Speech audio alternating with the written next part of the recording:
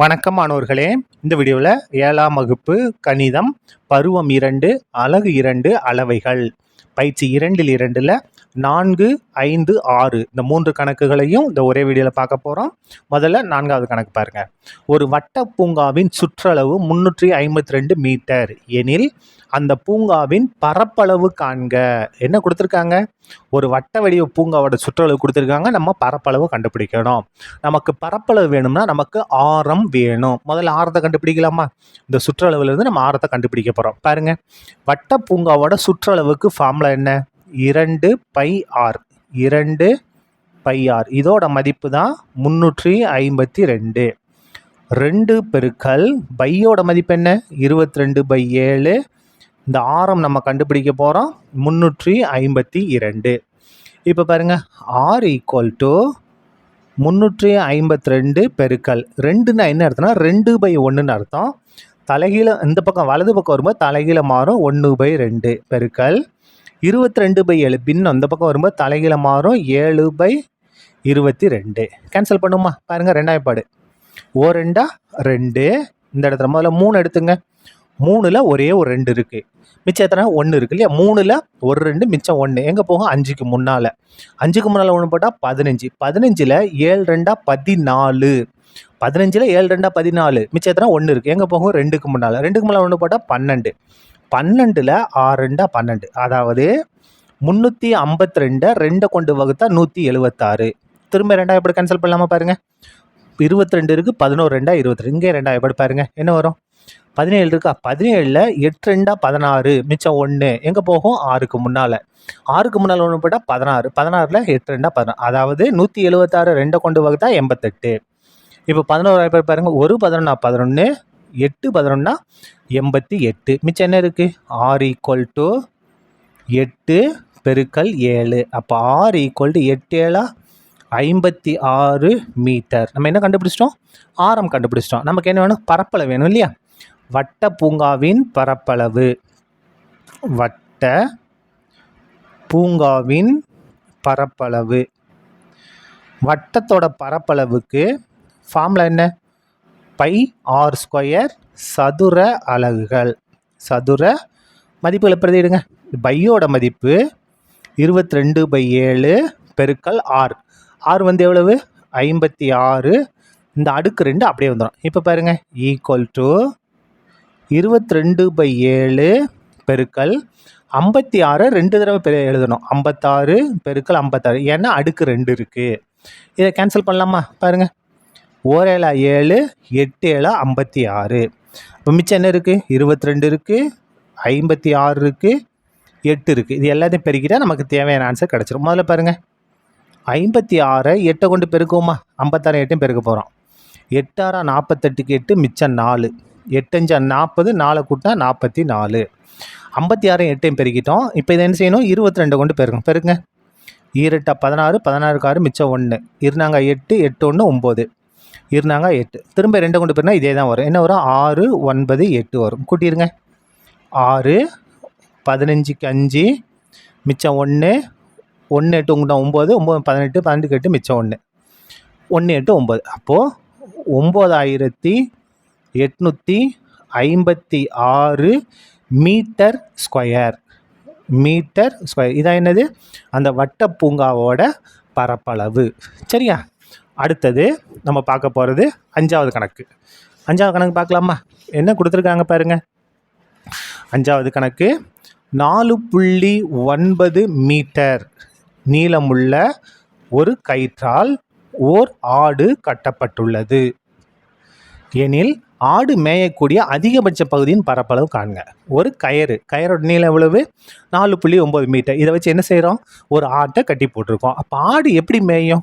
வட்ட வடிவத்தில் தான் மேயும் இல்லையா? ஏன்னா இது வந்து கயிறு மேயும் போது வட்ட வடிவத்தில் மேயும்.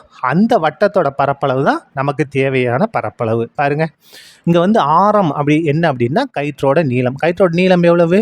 4.9 மீட்டர். இதுதான் நமக்கு தேவையான ஆரம். பாருங்க, ஆடு மேயக்கூடிய அதிகபட்ச பகுதியின் பரப்பளவு. அதான் என்னது? வட்டத்தோட பரப்பளவு. வட்டத்தோட பரப்பளவு ஃபார்முலா என்ன? πr². சதுர அலகுகள். பையோட மதிப்பு 22/7. ஆரம் வந்து எவ்வளவு 4.9 அடுக்கு 2 ஈக்குவல் டு 22/7. 4.9க்கு அடுக்கு 2 இருக்கா, அப்போ 2 தடவை எழுதணும். 4.9 பெருக்கல் 4.9. இதை கேன்சல் பண்ணுமா பாருங்க, கேன்சல் பண்ணுங்க. 1 7 4 7 கொண்டு வகுக்க முடியாது 0. முதல்ல முழு எண்ணை தான் வகுக்கணும். 4 7 கொண்டு வகுக்க முடியாது 0. இப்போ தான் 49. 49ல் எத்தனை 7? 7 49. அதாவது 4.9 7 கொண்டு வகுத்தோம்னா 0.7. மிச்சம் எடுத்து எழுதுங்க. 22 பெருக்கல் 4.9 பெருக்கல் 0.7. இது எல்லாத்தையும் பெருக்க போகிறோம். பெருக்கலாமா?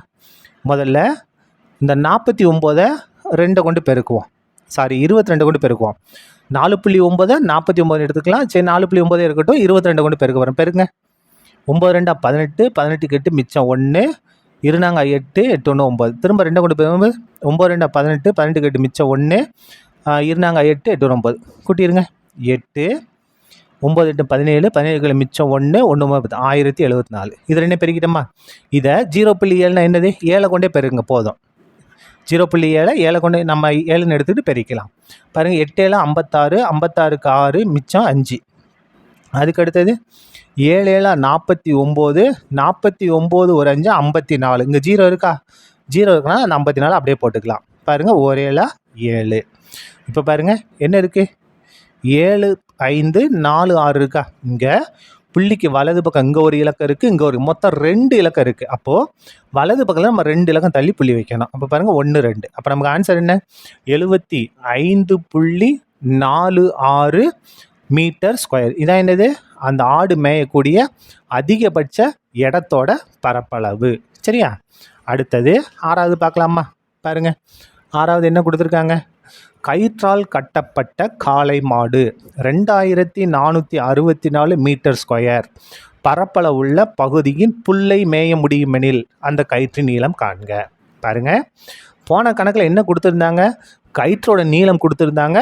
நம்ம அந்த ஆடு மேயக்கூடிய பரப்பளவை கண்டுபிடிச்சோம். இப்போ பாருங்கள், அந்த மாடு மேய்ஞ்ச இடத்தோட பரப்பளவு கூட நம்ம என்ன செய்யணும்? கயிற்றோட நீளத்தை கண்டுபிடிக்கணும். கண்டுபிடிக்கலாமா? அப்போ பாருங்கள், மாடு மேய்ந்த பகுதியின் பரப்பளவு என்ன? 2464. ஒரு கயிறை வச்சு கட்டினா அந்த மாடு எப்படி மேயும்? வட்ட வடிவில் தான் மேயும். அப்போ வட்டத்தோட பரப்பளவு தான் இது. வட்டத்தோட பரப்பளவு ஃபார்முலா என்ன?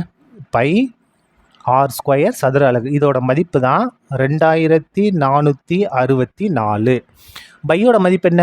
22/7 பெருக்கல் ஆர் ஸ்கொயர் ஈக்குவல் டு 2464. நமக்கு ஆறு தானே வேணும், அது அப்படியே இருக்கட்டும்.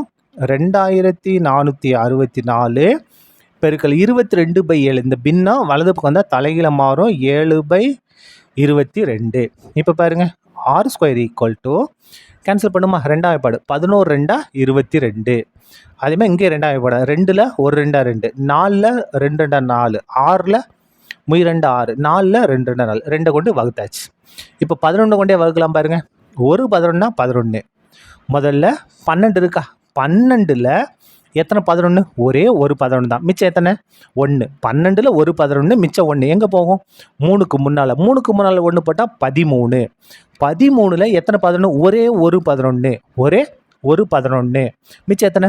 2 இருக்குது. 13ல் ஒரு 11 இருக்குது, மிச்சம் 2 இருக்குது. அந்த 2 எங்கே போகும்? இந்த 2க்கு முன்னால்.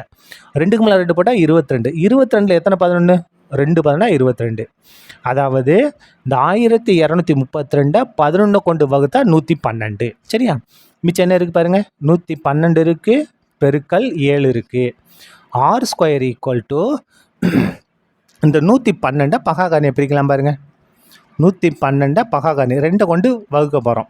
என்ன வரும் பாருங்கள், 11ல் I 2 10 மிச்சம் 1 எங்கே போகும்? 2க்கு முன்னால். 2க்கு முன்னால் 1 கூட 12. 12ல் 6 2 12. அதாவது 112 2 கொண்டு வகுத்தா 56. திரும்ப நம்ம 2 கொண்டே வகுக்கலாம். பாருங்கள் என்ன வரும்?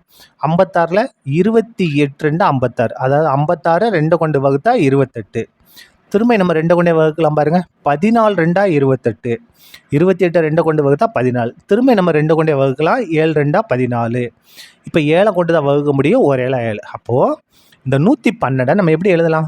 2 பெருக்கல் 2 பெருக்கல் 2 பெருக்கல் 2 பெருக்கல் 7ன்னு எழுதலாம்.